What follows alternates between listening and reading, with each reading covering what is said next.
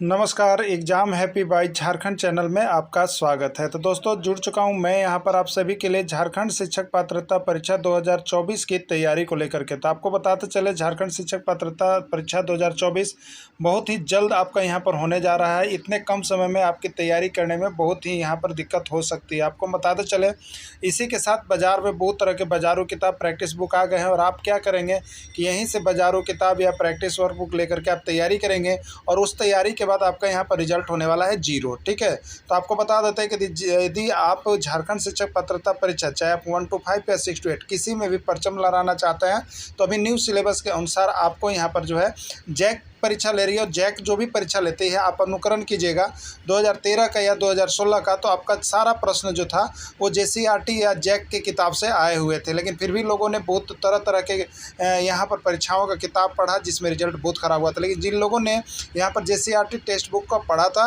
वो यहाँ पर पूरा अपना परचम लहराए थे और वो पास कर गए थे। तो देखिए आपको बताते चले यदि आप परचम लहराना चाहते हैं तो आपको हम यहाँ पर अपने चैनल पर only for JCERT text book का पूरा कंप्लीट नोट्स यहाँ पर आपको हम करवाते हैं। उसके साथ ही साथ आपको यहाँ पर पूरा तैयारी उसका पीडीएफ, उसके साथ उसका रिकॉर्डेड क्लास, उसके बाद लाइव क्लास, उसके बाद ऑफलाइन सारी चीज़ें हम आपको यहाँ पर प्रोवाइड करते हैं। तो आप जेटेट की तैयारी करना चाहते होंगे और 1 से 5 या 6 से 8 में परचम लहराना चाहते होंगे तो आप अभी हमारे यहाँ से कोर्स लेकर के जुड़ सकते हैं। तैयारी शुरू कर दी गई है। यदि 1 से 5 शिक्षक की तैयारी करते हैं तो आपको सिर्फ 500 रुपये लगते हैं और 6 से 8 शिक्षक की भी तैयारी कर रहे हैं तो आपको सिर्फ 500 रुपये लगेंगे और दोनों ही शिक्षक की यदि आप तैयारी कर रहे हैं तो सिर्फ और सिर्फ 700 रुपये में आपका एडमिशन यहाँ पर किया जा रहा है। तो आप सभी अभी के अभी अवश्य जुड़ जाइएगा। परीक्षा में जितने भी दिन हो 10 दिन 15 दिन जो भी बचे हुए हैं आप यहाँ से नोट्स लेकर के पढ़ना नहीं भूलिएगा, क्योंकि नोट्स आपको जेसीईआरटी जैक का किताब को बना हुआ है और 101% यहाँ से आपको प्रश्न भिड़ने की गारंटी दिया जाता है। ठीक है, तो आप सभी अभी कभी अवश्य लेकर के जुड़ जाइएगा और तैयारी कर लीजिएगा जितना जल्द हो सके आप कर लें। और यदि केवल आप नोट्स लेकर पढ़ना चाहते हैं तो नोट्स भी यहाँ से ले सकते हैं। सारा कुछ आपको व्हाट्सएप के माध्यम से प्रोवाइड कर दिया जाएगा ऑनलाइन।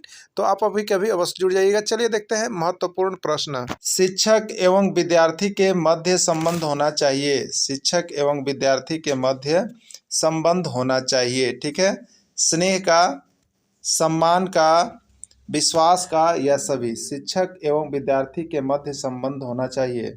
स्नेह का, विश्वास का, सम्मान का या सभी। तो इसमें राइट आंसर हो जाएगा सभी। इस सभी प्रकार के संबंध होना चाहिए शिक्षक एवं विद्यार्थी के मध्य। बच्चा किस प्रकार सीखता है? बताना है बच्चा किस प्रकार सीखता है। पुस्तक पढ़कर, परिचर्चा द्वारा, प्रश्न पूछकर, कई प्रकार से। देखिए प्रश्न हरियाणा टेट का पूछा गया प्रश्न है। ठीक है, हरियाणा टेट का पूछा गया प्रश्न है। तो बच्चा किस प्रकार से सीखता है? तो बच्चा कई प्रकार से सीख रहा होता है और कहीं भी सीख रहा होता है। बच्चे की बुद्धि लब्धि 90 से 110 के मध्य है, वह है। ठीक है, सामान्य बुद्धि का, प्रखर बुद्धि का, उत्कृष्ट बुद्धि का, प्रतिभाशाली का। ठीक है, तो इसका राइट आंसर हो जाएगा सामान्य बुद्धि का। और एक बात आप याद रखिएगा कि बुद्धि लब्धि, ठीक है, बुद्धि लब्धि का जो चैप्टर है वो आपको हमने सारा कुछ डिटेल से पढ़ा दिया है। बुद्धि लब्धि से एक प्रश्न आपके एग्जाम में पक्के छपेंगे। ठीक है, तो आप सभी बुद्धि लब्धि पार्ट को जरूर देख लीजिएगा। जो नए होंगे वो जुड़ जाएंगे। जुड़ने के बाद आपको सारा कुछ यहाँ से मटेरियल मिलेगा जिससे आपको जेटेट कम पढ़ के अधिक सफलता पाना है तो यहीं का नोट्स आपको पढ़ना पड़ेगा। ठीक है, तो सामान्य बुद्धि का है वह बच्चा। यथाशीघ्र में कौन सा समास है? यथाशीघ्र में कौन सा समास है? ठीक है, यह जो आपका है यूपी टेट का प्रश्न है। यहाँ 2 बार यही प्रश्न, सेम प्रश्न आपको पूछा गया था। ठीक है, यथाशीघ्र में समास का नाम बतावें। अव्ययी भाव समास, द्वंद्व समास, कर्मधारय समास या तत्पुरुष समास। यथाशीघ्र में कौन सा समास होगा? ठीक है, देखिए यथा से जुड़े हुए जितने भी शब्द आते हैं, ठीक है, यथाशीघ्र, यथासंभव, यथा परिवर्तन, ये सारे शब्द जो आते हैं यथा वाले उसको आपको देखिए अव्ययी भाव समास में डाल देना है। किस में डाल देना है? अव्ययी भाव समास में आपको लिख देना है। राइट आंसर अव्ययी भाव समास इसका चला जाएगा। निम्नलिखित में योगरूढ़ शब्द चुनिए। योगरूढ़ शब्द चुनिए। पीला, चक्रपाणी, दूध वाला या नैन। ठीक है, देखिए यहाँ पर 3 तरह का शब्द जो है आपको हमने डिटेल्स में हिंदी का जो सेक्शन ग्रामर का चला है उसमें हमने बता दिया है। इसमें किसी तरह का हिंदी में तो आपको समझिए कि जो 15 नंबर के प्रश्न रहेंगे उसमें 15 में 15 आप 100% लाएंगे। सिर्फ हिंदी का जो नोट्स है वो आप देख लीजिएगा। ठीक है, अब देखिए यहाँ पर योगरूढ़ शब्द ना, तो देखिए यहाँ पर क्या होता है, रूढ़ शब्द होता है और यौगिक शब्द होता है और योगरूढ़ शब्द होता है। ठीक है, रूढ़ शब्द हो गया जिसका तोड़ा न जा सके, जो अपने आप में स्वतंत्र होता है। ठीक है, जैसे यहाँ पर अगर पीला कहिएगा तो ये रूढ़ शब्द हो जाएगा, नैन कहिएगा तो ये रूढ़ शब्द हो जाएगा।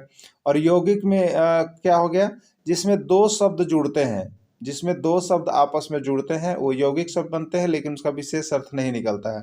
जैसे यहाँ पर अगर आप दूध वाला कहिएगा चक्रपाणी, ये भी यौगिक है, लेकिन यौगिक होते हुए चक्रपाणी का विशेष अर्थ निकलता है, जो कि विष्णु भगवान के सेंस में होता है। तो जिसका विशेष अर्थ निकलता है उसको योगरूढ़ कहते हैं, यानी इसमें राइट आंसर बी होगा, चक्रपाणी। मोर का तत्सम शब्द होगा, मोर का तत्सम शब्द होगा। देखिए यहाँ पर शब्द में आपको तीन तरह के शब्द जो पढ़े हैं, तत्सम, तद्भव, देशज और विदेशज। ठीक है, तो तत्सम और तद्भव से एक प्रश्न आपके एग्जाम में पूछ दिए जाते हैं, तो मोर का तत्सम शब्द होगा। ठीक है, तो हिंद मोर का तत्सम, तत्सम क्या होता है, यह संस्कृत शब्द है। क्या है, संस्कृत शब्द है। और तद्भव क्या है, हिंदी शब्द है। तो मोर का संस्कृत में क्या होता है, मयूर होता है। क्या होता है, मयूर होता है। तो राइट आंसर बी हो जाएगा। अभिशाप में कौन सा उपसर्ग है, अभिशाप अवि कौन सा होगा। ठीक है, देखिए उपसर्ग प्रत्यय का भी सेक्शन आपको कंप्लीट करवा दिया गया है, आप टेस्ट सीरीज में चल रहे हैं। तो उपसर्ग प्रत्यय के लिए जो आपको शब्द दिया गया है उसको संधि विच्छेद कर लेते हैं। तो अभिशाप को हम जो लिख देंगे अभि जोड़ साप, और जोड़ से देखिएगा जो पहले होगा, जोड़ के जो पहले होगा वो उपसर्ग होगा, और जोड़ के जो बाद होगा वो प्रत्यय होगा, तो इसमें अभी उपसर्ग हो जाएगा। ठीक है, अगला प्रश्न है, find out the word which spelled is correctly. उस वर्ड को छाटिए जिसका स्पेलिंग बिल्कुल करेक्ट है। अवेलेबल, अवेलेबल, अवेलेबल, अवेलेबल, कौन सा सही है। तो अवेलेबल मतलब पर्याप्त मात्रा होता है, AVAILABLE,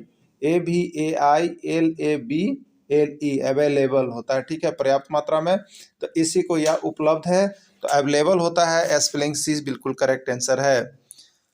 Ram is dot dot dot honest boy, क्या लगेगा, ए लगेगा, एन लगेगा, द लगेगा, नन ऑफ दिस। ठीक है, देखिए यदि आप देखिएगा एक नियम होता है जो कि वर्ड्स देख करके हम लोग लगाते हैं।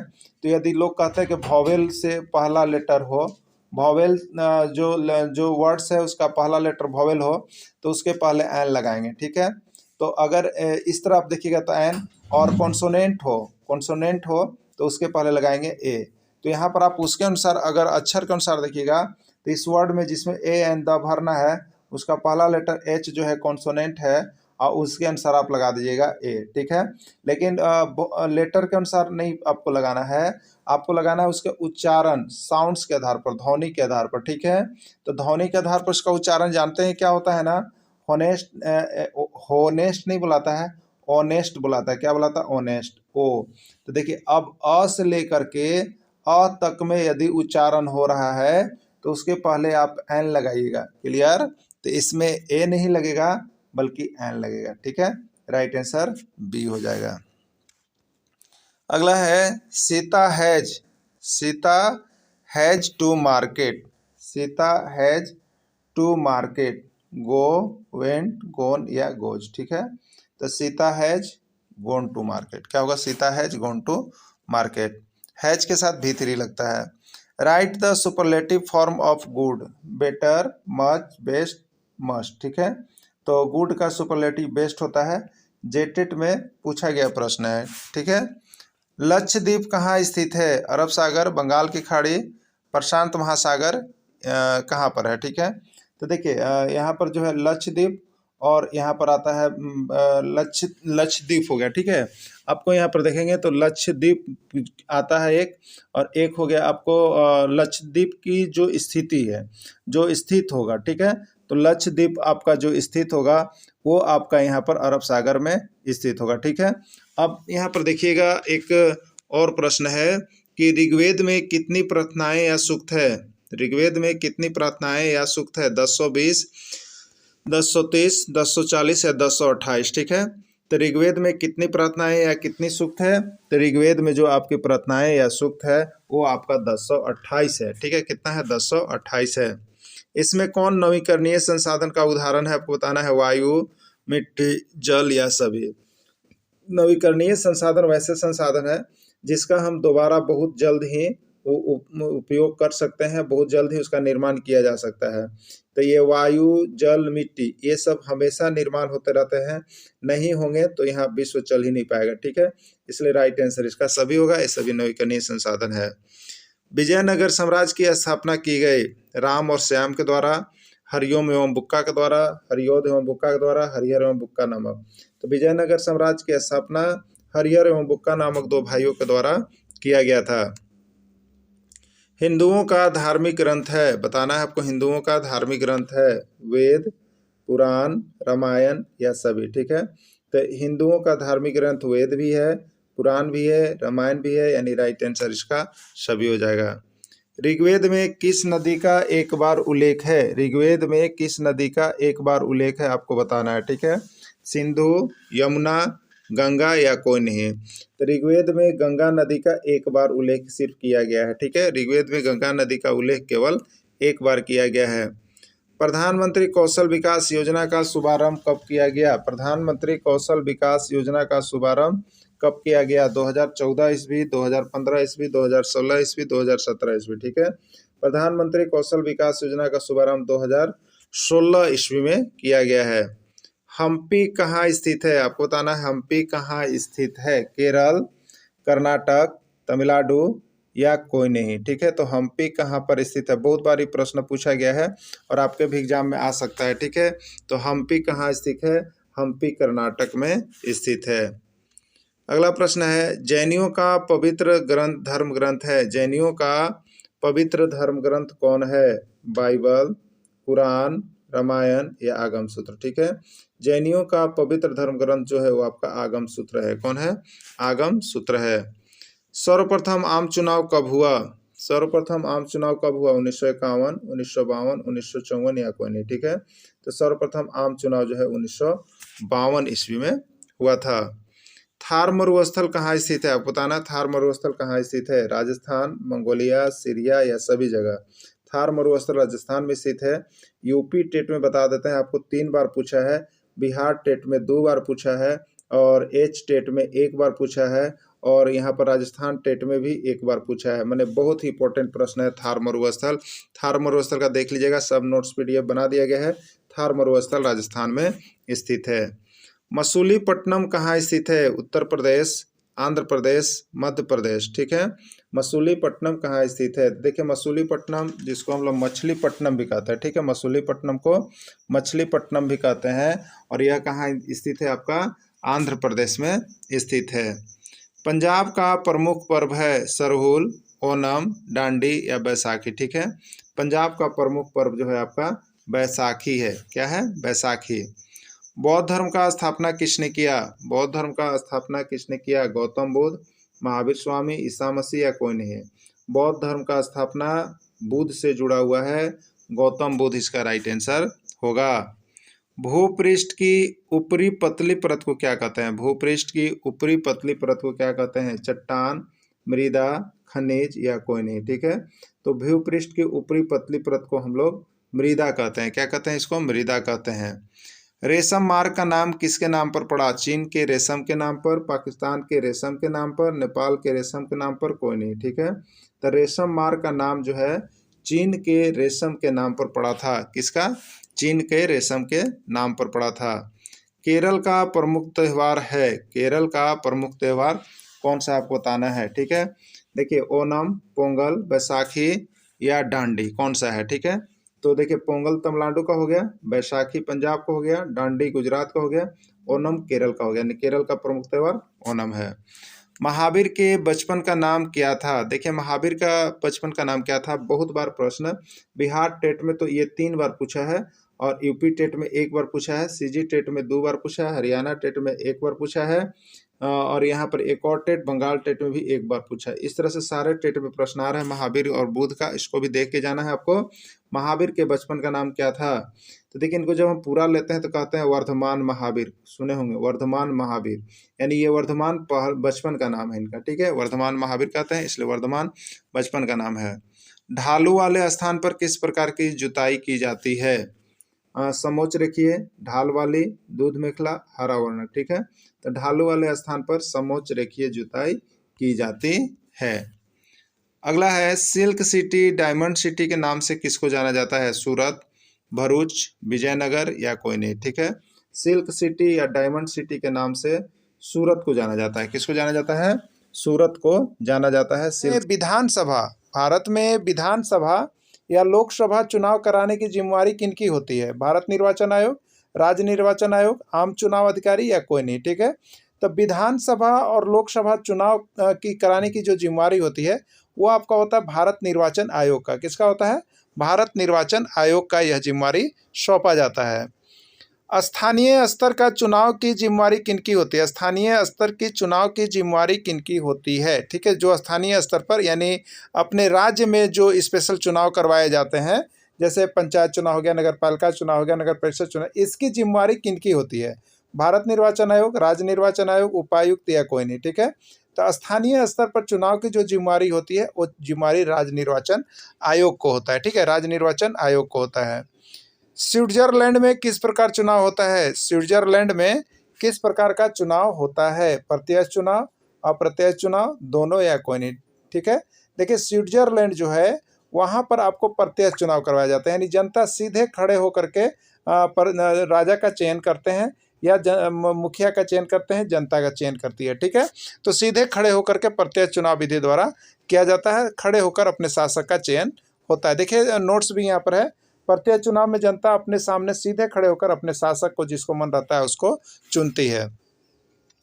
मध्याह्न भोजन योजना भारत में किसके सहयोग से संचालित है? मध्याह्न भोजन योजना भारत में किसके सहयोग से संचालित है? केंद्र सरकार, राज्य सरकार, केंद्र और राज्य दोनों या कोई नहीं। ठीक है, तो देखिए जो यहाँ पर भारत में मध्याह्न भोजन योजना चल रही है वो केंद्र और राज्य दोनों के सहयोग से चल रहा है। ठीक है, केंद्र और राज्य दोनों के सहयोग से चल रहा है। मध्याह्न भोजन योजना भारत में सर्वप्रथम किस राज्य में लागू किया गया? मध्याह्न भोजन योजना भारत में सर्वप्रथम किस राज्य में लागू किया गया? तमिलनाडु, छत्तीसगढ़, झारखंड या केरल? ये तमिलनाडु राज्य में लागू किया गया था और ये जेटेट का पूछा गया प्रश्न है। ठीक है, पूछा गया प्रश्न है। देखिए आपको जेसीईआरटी टेक्स्ट बुक से आया था और ये भिड़ा हुआ प्रश्न है। ठीक है, चलिए अगला देखिएगा। स्वच्छ भारत अभियान शुरू किया गया। स्वच्छ भारत अभियान कब से शुरू किया आपको बताना गया। ठीक है, स्वच्छ भारत अभियान शुरू कब किया गया? 2 अक्टूबर 2014 ईस्वी को, 2 सितंबर 2014 ईस्वी को, 2 जुलाई 2014 ईस्वी को या 2 अगस्त 2014 ईस्वी को। ठीक है, तो देखिए स्वच्छ भारत अभियान 2 अक्टूबर 2014 ईस्वी को शुरू किया गया है। इसके रीजन देख लीजिएगा आप, यहाँ पर नोट्स बनाया गया है आप लोगों के लिए। देखिए स्वच्छ भारत अभियान महात्मा गांधी के जन्म दिवस 2 अक्टूबर 2014 को आरंभ किया गया है, उनके जन्म दिवस पर। ठीक है, 1 गैलन में कितना लीटर होता है? 2 लीटर, 3 लीटर, 4 लीटर या 5 लीटर? ठीक है, 1 गैलन जो होता है उसमें कितना लीटर होता है? राइट आंसर आपका सी हो जाएगा, 4 लीटर हो जाएगा। झारखंड का कौन सा इलाका फ्लोराइड से प्रभावित है? बहुत बार प्रश्न पूछा गया है झारखंड में, ये अब तक 5 बार प्रश्न आ चुका है, आप सभी देख करके ही जाएंगे। ठीक है, झारखंड का कौन सा इलाका फ्लोराइड से प्रभावित है? पलामू, दुमका, रांची या कोई नहीं। ठीक है, तो झारखंड का कौन सा इलाका? तो झारखंड का इलाका जो है वो आपको यहाँ पर कौन सा प्रभावित है? तो पलामू। ठीक है, झारखंड का पलामू जिला इलाका फ्लोराइड से प्रभावित है। जीवन का अधिकार भोजन का मौलिक अधिकार में शामिल या किस अनुच्छेद में शामिल है? जीवन का अधिकार भोजन का मौलिक अधिकार में शामिल है, किस अनुच्छेद में शामिल है? अनुच्छेद 21, 22, 23। ठीक है, राइट आंसर हो जाएगा यहाँ पर आपको अनुच्छेद 21 जो है वो शामिल है। जनहित याचिका PIL की व्यवस्था की गई है 1981 के दशक में, 1980 के दशक में, 1985 के दशक में, कोई नहीं। तो PIL की व्यवस्था जो की गई है वो आपका 1980 के दशक में किया गया है। ठीक है, 1980 के दशक में किया गया है।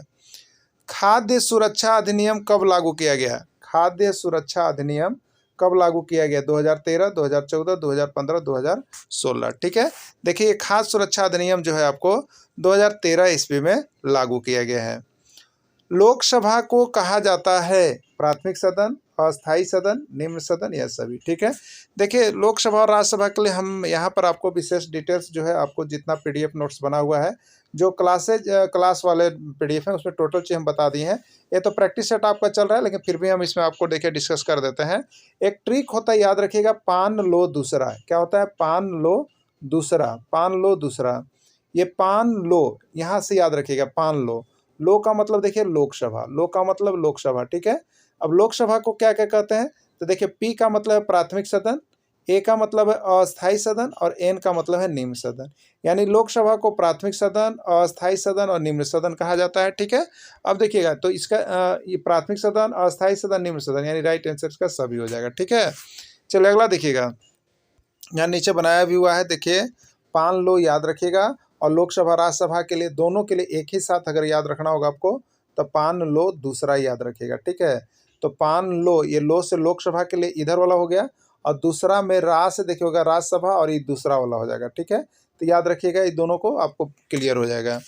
चलिए अगला देखिएगा, और पान देखिए दोनों का यहाँ भी हम दे दिए थे, देखिए दोनों का दे भी दिए हैं, लोकसभा और राज्यसभा दोनों में अंतर का ट्रिक यदि आप जानना चाहते हैं तो पान लो दूसरा, तो पान लो अलग और दूसरा अलग, सब देखिए प्राथमिक सदन, अस्थाई सदन, निम्न सदन, ये लोकसभा को कहा जाता है इतना। ठीक है, और यहाँ पर देखिए आपको द्वितीयक सदन, उच्च सदन और अस्थाई सदन, ये राज्यसभा को कहा जाता है। ठीक है, यह सभी लोकसभा को कहा जाता है और यह राज्यसभा को। मिसाइल मैन के नाम से जाना जाता है अबुल पकीर जैनुल अब्दीन अब्दुल कलाम, डॉक्टर सर्वपल्ली राधाकृष्णन, पंडित जवाहरलाल नेहरू, या कोई नहीं। ठीक है, तो मिसाइल मैन के नाम से देखिए किसको जाना जाता है, तो मिसाइल मैन के नाम से आपको यहाँ पर आपको जो है अब्दुल पकीर यानी एपीजे अब्दुल कलाम को जाना जाता है, एपीजे अब्दुल जी को जाना जाता है। इनमें से किन्हें निर्विरोध राष्ट्रपति के रूप में चुना गया था, बताना है कौन ऐसे हैं जिन्हें निर्विरोध राष्ट्रपति के रूप में चुना गया था, पंडित जवाहरलाल नेहरू, नीलम संजीव रेड्डी, डॉक्टर राजेंद्र प्रसाद, या कोई नहीं। ठीक है, तो निर्विरोध राष्ट्रपति कौन चुने गए थे, नीलम संजीव रेड्डी को निर्विरोध राष्ट्रपति चुना गया था।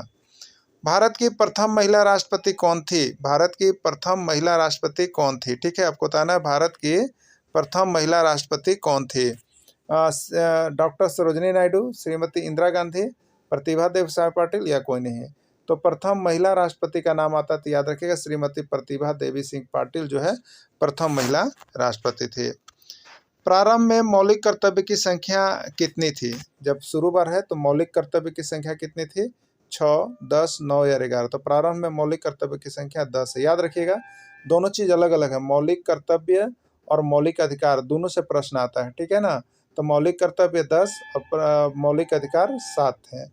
अब वर्तमान में ये 10 से बढ़ करके 11 हो गया, एक बढ़ा मौलिक कर्तव्य, लेकिन मौलिक अधिकार एक घटा और 6 हो गया। ठीक है, दोनों में 2 डिफरेंस है, दोनों से एक प्रश्न रहते हैं, आप कंफर्म होकर के ही एग्जाम में जाएंगे। क्लियर हो गया होगा।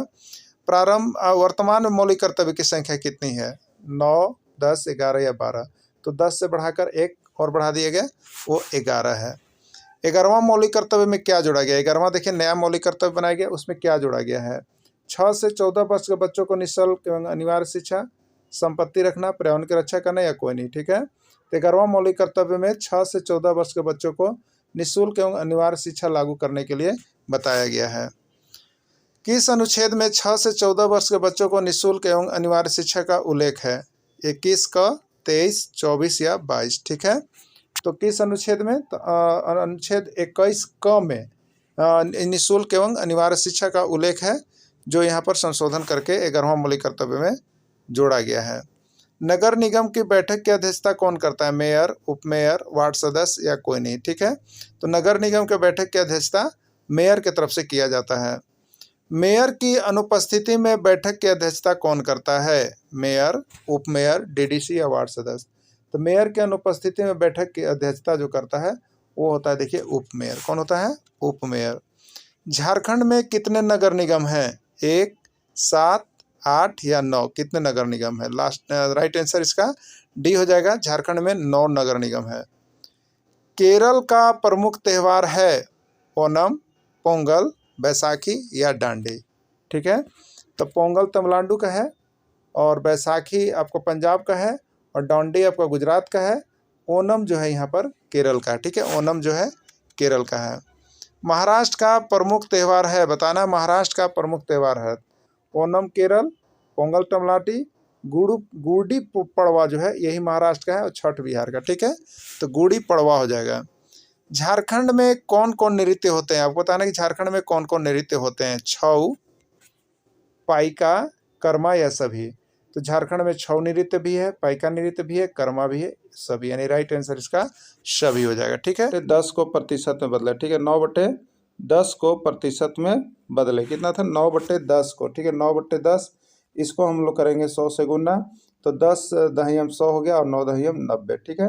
तो 90 हो जाएगा, 90% हो जाएगा। 90% किस में है? तो 90% ए में है, इसका राइट आंसर ए हो जाएगा। चलिए अगला देखिएगा। एक गाय रुपए 5,000 में खरीदी गई।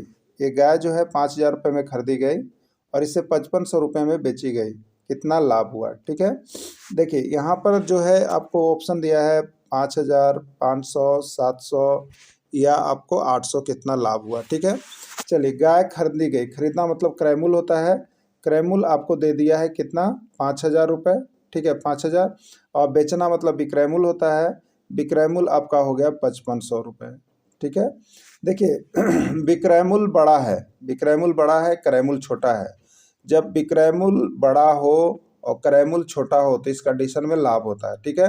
और लाभ बराबर बढ़का में से छोटका घटता है, तो विक्रय मूल्य माइनस क्रय मूल्य हो जाता है। लाभ बराबर विक्रय मूल्य माइनस क्रय मूल्य, तो विक्रय मूल्य है 5500 रुपया और क्रय मूल्य है 5,000 रुपये। घटा देंगे तो 5500 में 5,000 जाएगा, यानी 500 रुपया बचेगा। यानी लाभ जो होगा आपको 500 रुपया होगा।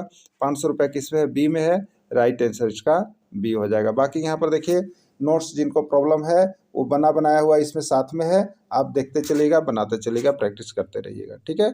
चलिए अगला प्रश्न, 100 रुपये का ब्याज एक वर्ष में 5 रुपये है, तो 200 रुपये का ब्याज एक वर्ष में कितना होगा? जल्दी बताइएगा आप सभी, कितना होगा? चलिए ठीक है, अगर वैसे देखिएगा तो यहाँ पर 100 रुपये का ब्याज 5 रुपया है, तो 100 का दुगना हुआ 200, ठीक है 200, तो 200 दुगना हो गया, तो यहाँ 5 रुपया है तो दुगना लगेगा, तो 5 दूनी 10 होना चाहिए। और नियमता बनाइएगा तो देखिए 100 रुपये का ब्याज एक वर्ष में 5 रुपया है, 100 रुपये का ब्याज एक वर्ष में 5 रुपया, तो 1 रुपया का ब्याज एक वर्ष में 5/100 रुपया, ठीक है। इसलिए 200 रुपये का ब्याज एक वर्ष में 5/100 गुने 200, 100 दूनी 200, 5 दूनी 10, यही आंसर होगा। तो आप उस तरह से भी देखिए, जितना जल्द आप डिसाइड कर सके, समय बचाने के लिए आप कर सकते हैं। तो राइट आंसर इसका 10 रुपया हो जाएगा, ठीक है। बाकी नीचे बना हुआ है। अगला प्रश्न है, 2x माइनस वाई में x का गुणांक, 2x माइनस वाई में x का गुणांक लिखिए। 2x माइनस वाई में x का गुणांक लिखिए, क्या होगा? ठीक है, 1 होगा, 2 होगा, 3 होगा या 4 होगा, ठीक है। देखिए 2x माइनस वाई में x का गुणांक, तो x वाला पहले लिख लीजिए, कौन है? 2x है, ठीक है।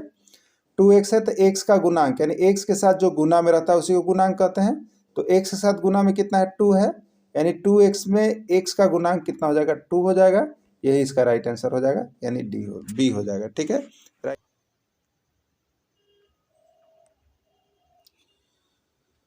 देखिए आज के इस वीडियो में हम आपके लिए जो है यहाँ पर प्रैक्टिस सेट 20 लेकर के आए हुए। अब देखिए प्रैक्टिस सेट 20 है, ठीक है। और ये जो है आपको सोशल साइंस या लैंग्वेज या 1 to 5 के शिक्षक, उनके लिए यह होगा, तीनों के लिए। और यहाँ पर आप देखिएगा कि सभी महत्वपूर्ण प्रश्न है और ये सभी अभी तक आपको जितने पढ़ाए गए हैं उसी का मिक्सअप प्रश्न है। तो आप कितने सही कर पाते हैं हमको बनाने के बाद अवश्य कमेंट कीजिएगा, ठीक है। चलिए पहला प्रश्न है, देखिएगा, अस्पृश्यता का अंत किया गया। देखिए यह प्रश्न की बहुत क्वालिटी है। यह प्रश्न आप देखिएगा तो यूपी टेट में 3 बार पूछा था, ठीक है, और हरियाणा टेट में 1 बार पूछा था और यहाँ पर बिहार टेट में 2 बार पूछा है। तो ये प्रश्न बहुत ही आपको जो है आया हुआ प्रश्न इंपॉर्टेंट है। अस्पृश्यता याद रखिएगा, अनुच्छेद 18, अनुच्छेद 17, अनुच्छेद 19 या कोई नहीं, ठीक है। तो अस्पृश्यता का अंत किस अनुच्छेद के तहत किया गया था? तो अस्पृश्यता का अंत अनुच्छेद 17 में किया गया है। किस में किया गया है? अनुच्छेद 17 में किया गया है, याद रखिएगा, ठीक है। किस अनुच्छेद के अनुसार धर्म, जाति, लिंग या जन्म स्थान के आधार पर भेदभाव नहीं किया जा सकता है? ठीक है, अनुच्छेद 15, अनुच्छेद 16, अनुच्छेद 17 या लास्ट में है कोई नहीं। तो देखिए अनुच्छेद 15 यह कहता है कि आप धर्म, जाति या लिंग या जन्म स्थान के आधार पर किसी के साथ भेदभाव नहीं कर सकते हैं। राइट आंसर हो जाएगा अनुच्छेद 15। अनुसूचित जनजाति शब्द का क्या अर्थ है? आपको बताना है कि जो अनुसूचित जनजाति है उस शब्द का क्या अर्थ होता है? गैर निवासी, मूल निवासी, भील निवासी या कोई नहीं, ठीक है। तो हमारे यहाँ देखिए एससी होते हैं और एसटी होते हैं। शेड्यूल कास्ट हो गए अनुसूचित जाति और यहाँ पर हो गया शेड्यूल ट्राइब अनुसूचित जनजाति, ठीक है। तो जो शेड्यूल्ड ट्राइब होते हैं, अनुसूचित जनजाति जो होते हैं, उनका मतलब देखिए होता है मूल निवासी। ठीक है, उनका मतलब क्या होता है, उस राज्य के लिए मूल निवासी माने जाते हैं। तो अनुसूचित जनजाति शब्द का अर्थ है मूल निवासी। ठीक है, चलिए अब देखिएगा, दुनिया में सर्वाधिक वर्षा वाले क्षेत्र के रूप में जाना जाता है। प्रश्न बहुत ही एमबीबी है। यह प्रश्न आपका सीजी टेट में 3 बार आया है। सीजी टेट में 3 बार आया है, एमपी टेट में 1 बार आया है, और आपका यहाँ पर देख लीजिएगा एच टेट हरियाणा टेट में 1 बार आया। ठीक है, तो दुनिया में सर्वाधिक वर्षा वाले क्षेत्र के रूप में जाना जाता है किसको, मासिनराम को, तमिलनाडु को, नेतरहाट को, या कोई नहीं। तो दुनिया में सबसे अधिक वर्षा वाले क्षेत्र के रूप में मासिनराम को जाना जाता है, जो मेघालय में पड़ता है। तो मासिनराम या मेघालय नाम दोनों में से कोई एक हो सकता है। ठीक है, लक्षद्वीप कहाँ स्थित है, अरब सागर, बंगाल की खाड़ी, हिंद महासागर, या कोई नहीं। ठीक है, तो देखिए 2 गो द्वीप जो आपको यहाँ पर पढ़ना है, अंडमान निकोबार द्वीप समूह और एक होता है लक्षद्वीप द्वीप समूह। ठीक है, तो अंडमान निकोबार द्वीप समूह जो है ये बंगाल की खाड़ी में स्थित है, और लक्षद्वीप द्वीप समूह जो है आपको अरब सागर में स्थित है। ठीक है, तो दोनों ही प्रश्न पूछे गए हैं, 2-2 3-3 बार आपके शिक्षक पात्रता परीक्षा में आ चुके हैं, इसलिए हमने आपको यहाँ इंक्लूड भी कर दिया है। तो लक्षद्वीप कहाँ स्थित है, अरब सागर, बंगाल की खाड़ी, हिंद महासागर, या कोई नहीं। ठीक है, तो यहाँ पर अंडमान निकोबार द्वीप समूह तो बंगाल की खाड़ी में है, लेकिन लक्षद्वीप कहाँ है, अरब सागर में है। तो इसका राइट आंसर ए हो जाएगा कि लक्षद्वीप जो है अरब सागर में स्थित है। देखिए अगला प्रश्न में आ गया कि अंडमान एवं निकोबार द्वीप समूह कहाँ स्थित है, अरब सागर में, बंगाल की खाड़ी में, हिंद महासागर में, या प्रशांत महासागर में। ठीक है, तो अंडमान एवं निकोबार द्वीप समूह जो है ये कहाँ पर स्थित है, बंगाल की खाड़ी में स्थित है। कहाँ पर स्थित है, बंगाल की खाड़ी में स्थित है। पंडित जवाहरलाल नेहरू द्वारा उद्देश्य प्रस्ताव कब प्रस्तुत किया गया, पंडित जवाहरलाल नेहरू के द्वारा उद्देश्य प्रस्ताव कब प्रस्तुत किया गया था। प्रश्न ये हरियाणा टेट में 1 बार और एमपी टेट में 1 बार 2 जगह आया हुआ है। 9 दिसंबर 1946, 11 दिसंबर 1946, 13 दिसंबर 1946, या कोई नहीं। ठीक है, देखिए 9 दिसंबर 1946 ईस्वी को क्या हुआ था, तो प्रथम बैठक हुआ था। ठीक है, प्रथम बैठक हुआ था। 11 दिसंबर 1946 को क्या हुआ, तो यहाँ पर डॉक्टर राजेंद्र प्रसाद को अस्थायी अध्यक्ष नियुक्त किया गया था। ठीक है, और 13 दिसंबर को क्या हुआ, उद्देश्य प्रस्ताव लागू किया गया था। आइए देखिए यहाँ पर नोट्स भी कुछ बनाए गए हैं आपको, नोट के लिए देखिए याद रखिएगा। 9 दिसंबर 1946 ईस्वी को संविधान सभा के प्रथम बैठक हुई, इसको याद रखिएगा, बहुत बार पूछा गया है कि संविधान सभा के प्रथम बैठक कब हुई, तो डेट हो जाएगा 9 दिसंबर 1946 ईस्वी। ठीक है, अगला है 11 दिसंबर, अगला है 11 दिसंबर 1946 ईस्वी को डॉक्टर राजेंद्र प्रसाद संविधान सभा के अस्थायी अध्यक्ष निवृत्त हुए। ठीक है, सच्चिदानंद सिन्हा जो थे अस्थायी अध्यक्ष थे, लेकिन 11 दिसंबर 1946 को सच्चिदानंद सिन्हा को हटा दिया गया और यहाँ पर डॉक्टर राजेंद्र प्रसाद को संविधान सभा का अस्थायी अध्यक्ष चुना गया। और 13 दिसंबर 1946 को पंडित जवाहरलाल नेहरू द्वारा उद्देश्य प्रस्ताव प्रस्तुत किया गया। ठीक है, चलिए अगला देखिएगा, प्रारूप समिति के सदस्यों की संख्या कितनी थी, प्रारूप समिति के सदस्यों की संख्या कितनी थी, 5, 6, 7 या 8। ठीक है, तो जो यहाँ पर ड्राफ्टिंग कमेटी बनी थी जो प्रारूप समिति का, उसके लिए सदस्यों की संख्या जो रखा गया था वो 7 था। कितना था सदस्यों की संख्या, 7। विश्व में सर्वप्रथम महिलाओं को मत देने का अधिकार किस देश को मिला, विश्व में सर्वप्रथम महिलाओं को मत देने का अधिकार किस देश को मिला, अमेरिका, इंग्लैंड, न्यूजीलैंड, या कोई नहीं। ठीक है, तो विश्व में सर्वप्रथम महिलाओं को मत देने का अधिकार जो है आपको यहाँ पर दिया गया था न्यूजीलैंड में। ठीक है, कहाँ दिया गया था, न्यूजीलैंड में सर्वप्रथम दिया गया था महिलाओं को मत देने का अधिकार।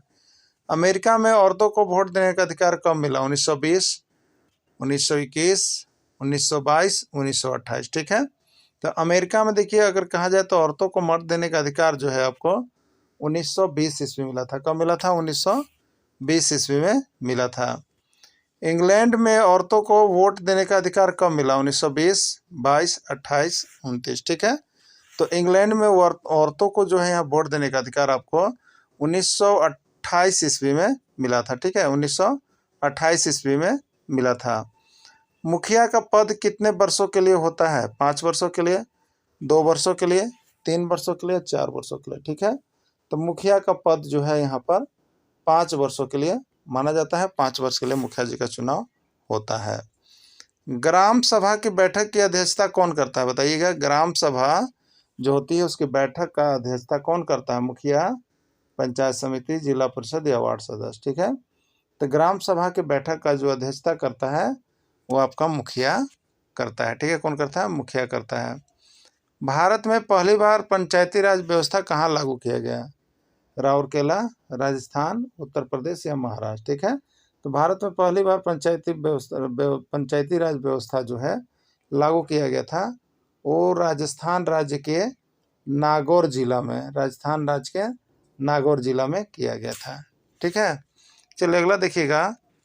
पर्यावरण किस सूची का विषय है? संघ सूची, राज्य सूची, समवर्ती सूची या कोई नहीं। ठीक है, पर्यावरण किस सूची का विषय है? तो देखिए पर्यावरण जो सूची का विषय है वो आपका यहाँ पर समवर्ती सूची का विषय है। शिक्षा, याद रखिएगा, शिक्षा, स्वास्थ्य और पर्यावरण ये सभी समवर्ती सूची का विषय है। ठीक है, देखिए नोट्स भी आपको हम दे दिए हैं। शिक्षा, स्वास्थ्य, पर्यावरण ये तीनों ऐसे विषय हैं जिस पर केंद्र सरकार और राज्य सरकार दोनों ही सरकार कानून बनाती है, अतः यह समवर्ती सूची का विषय है। भूमि कृषि पुलिस, भूमि कृषि पुलिस की सूची का विषय है? संघ, राज्य, समवर्ती या कोई नहीं। ठीक है, भूमि कृषि पुलिस ये सब टोटल जो है ये आपको किस सूची का विषय है? तो यह आपका राज्य सूची का विषय है। ठीक है, अगला देखिएगा। सुरक्षा वित्त संचार किस सूची का विषय है? संघ सूची, राज्य सूची, समवर्ती सूची या कोई नहीं। ठीक है, सुरक्षा वित्त संचार ये सभी जो है आपको संघ सूची का विषय है। ठीक है, संघ सूची का विषय के अंतर्गत आता है। भारत में किसका पद सर्वोच्च होता है? आपको बताना भारत में किसका पद सर्वोच्च होता है। यूपी टेट में ये 2 बार और बिहार टेट में 1 बार पूछा है। ठीक है, भारत में किसका पद सर्वोच्च होता है? राष्ट्रपति, उपराष्ट्रपति, प्रधानमंत्री या कोई नहीं। ठीक है, तो भारत में जो सर्वोच्च पद है आपको राष्ट्रपति का होता है। ठीक है, किसका पद सर्वोच्च होता है? राष्ट्रपति का। राष्ट्रपति का चुनाव कितने वर्षों के लिए होता है? 4, 5, 6 या कोई नहीं। ठीक है, राष्ट्रपति का चुनाव जो है आपको 5 वर्ष के लिए करवाया जाता है। भाषण तथा अभिव्यक्ति की स्वतंत्रता किस अनुच्छेद में शामिल है?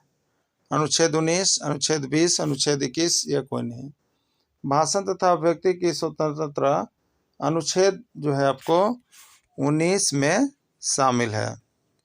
राष्ट्रपति के द्वारा किन की नियुक्ति की जाती है? यानी राष्ट्रपति किन को इनमें नियुक्त करते हैं आपको बताना। प्रधानमंत्री, राज्यपाल, उच्चतम न्यायालय, उच्च न्यायालय के मुख्य न्यायाधीश सभी। तो प्रधानमंत्री की नियुक्ति जो की जाती है वो भी राष्ट्रपति के द्वारा, राज्यपाल का जो नियुक्ति किया जाता है राष्ट्रपति के द्वारा, उच्चतम न्यायालय, उच्च न्यायालय के न्यायाधीश की नियुक्ति की जाती है राष्ट्रपति के द्वारा। यानी इसका राइट आंसर सभी होगा, राइट आंसर सभी होगा। ठीक है, आपात स्थिति में पूरे देश का बागडोर किसके हाथ में होता है? जब राज्य में आपात स्थिति लग जाती है तो उस स्थिति में उस पूरे देश का बागडोर किसके हाथ में होता है? राष्ट्रपति, उपराष्ट्रपति, राज्यपाल या उपराज्यपाल, किसके हाथ में होता है? ठीक है, तो इसका राइट आंसर हो जाएगा राष्ट्रपति, राष्ट्रपति के हाथ में होता है। सुप्रीम कोर्ट के न्यायाधीशों की सेवानिवृत्ति उम्र कितनी है? जो सुप्रीम कोर्ट के न्यायाधीश हैं उनका सेवानिवृत्ति का उम्र कितना है? 60 वर्ष, 62 वर्ष, 65 वर्ष या 70 वर्ष। ठीक है, तो सुप्रीम कोर्ट के जो न्यायाधीश जज हैं उनकी सेवानिवृत्ति की उम्र जो है 65 वर्ष माना गया है। कितना माना गया है? 65 वर्ष। सर्वोच्च न्यायालय का गठन संबंधी प्रावधान संविधान के किस अनुच्छेद में वर्णित है? सर्वोच्च न्यायालय का गठन संबंधी प्रावधान संविधान के किस अनुच्छेद में वर्णित है? अनुच्छेद 120, अनुच्छेद 121, अनुच्छेद 124 या कोई नहीं। ठीक है, इसका राइट आंसर हो जाएगा अनुच्छेद 124 में संविधान के वर्णित है।